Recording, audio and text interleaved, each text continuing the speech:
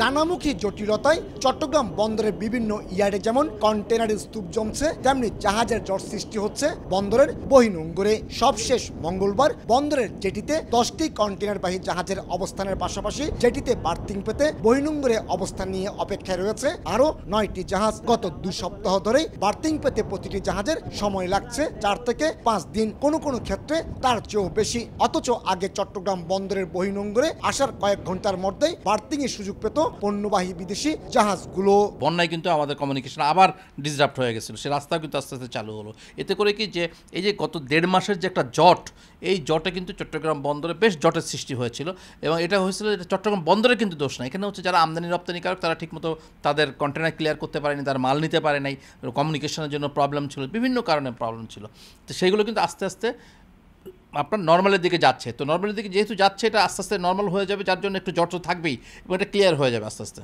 গত 1 সপ্তাহ ধরে বন্দরের বহির্নোঙরে 9 থেকে 14টি কন্টেনারবাহী জাহাজের অবস্থান থাকছে। এর মধ্যে গিয়ারলেস অর্থাৎ ক্রেনবিহীন জাহাজগুলোকেই বেশি অপেক্ষায় থাকতে হয়। চাল, ডাল, গম, লোহার স্ক্র্যাপ, সিমেন্ট ক্লিংকারের মতো খোলাপূর্ণ বহির্নোঙরে খালাস করা গেল কন্টেনার উঠানামার ক্ষেত্রে জাহাজগুলোকে বন্দরের জেটি ব্যবহার করতে হয়। বর্তমানে বন্দরের জিসিবিতে 5টি, সিসিটি 2টি এবং এনসিটিতে 4টি কন্টেনারবাহী জাহাজ বেরানোর সক্ষমতা রয়েছে। সিসিটি এবং এনসিটিতে গ্যান্টি ক্রেনের সুবিধা থাকলো জিসিবিতে গিয়ারলেস ভেসেল জাহাজ বেরানোর সুযোগ থাকছে।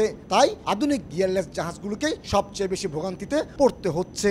এবারের বর্ষাটা ছিল কিন্তু অনেক প্রলংড টাইম ধরেই ছিল।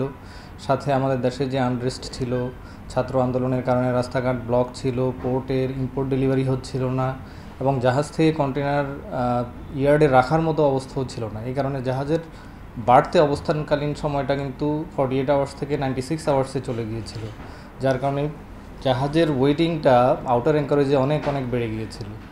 অবস্থান বেশি সময় থাকা মানে হচ্ছে পোর্টের ভিতরে কনজেশন আছে ডেফিনেটলি, যার কারণেই জাহাজ অতিমাত্রায় আপনার এক্সট্রা টাইম পোর্ট অকুপাই করে রাখতে হয়। এই কারণে আমাদের যে কস্ট অফ অপারেশনটা, কস্ট অফ হ্যান্ডলিংটা, বার্থ হায়ার, এই জিনিসগুলো আমাদের কস্টটা বেড়ে যায়। সাথে সাথে আমাদের শিপিংয়ের সবচেয়ে বড় কস্ট, যেটা কস্ট অফ চার্টার, সেটাও অনেকাংশে বেড়ে যায়। এদিকে রাজনৈতিক অস্থিরতা এবং বন্যার কারণে স্থবির হয়ে পড়া ডেলিভারিতে গতি আনার আপ্রাণ চেষ্টা চালিয়ে যাচ্ছে চট্টগ্রাম বন্দর কর্তৃপক্ষ।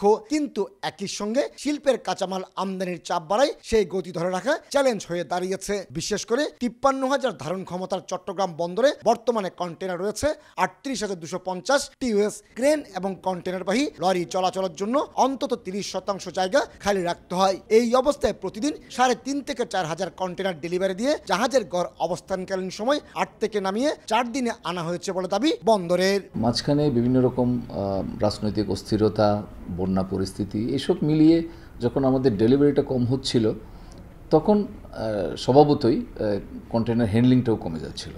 তো সেই হিসাবে জাহাজের অবস্থানকাল বৃদ্ধি পাচ্ছিল এবং জাহাজের ওয়েটিং টাইম প্রায় 7-8 দিন পর্যন্ত হয়ে গেছিল। তবে আসার বিষয় হচ্ছে যে এখন সেটা 3 থেকে 4 দিনে নেমে আসছে।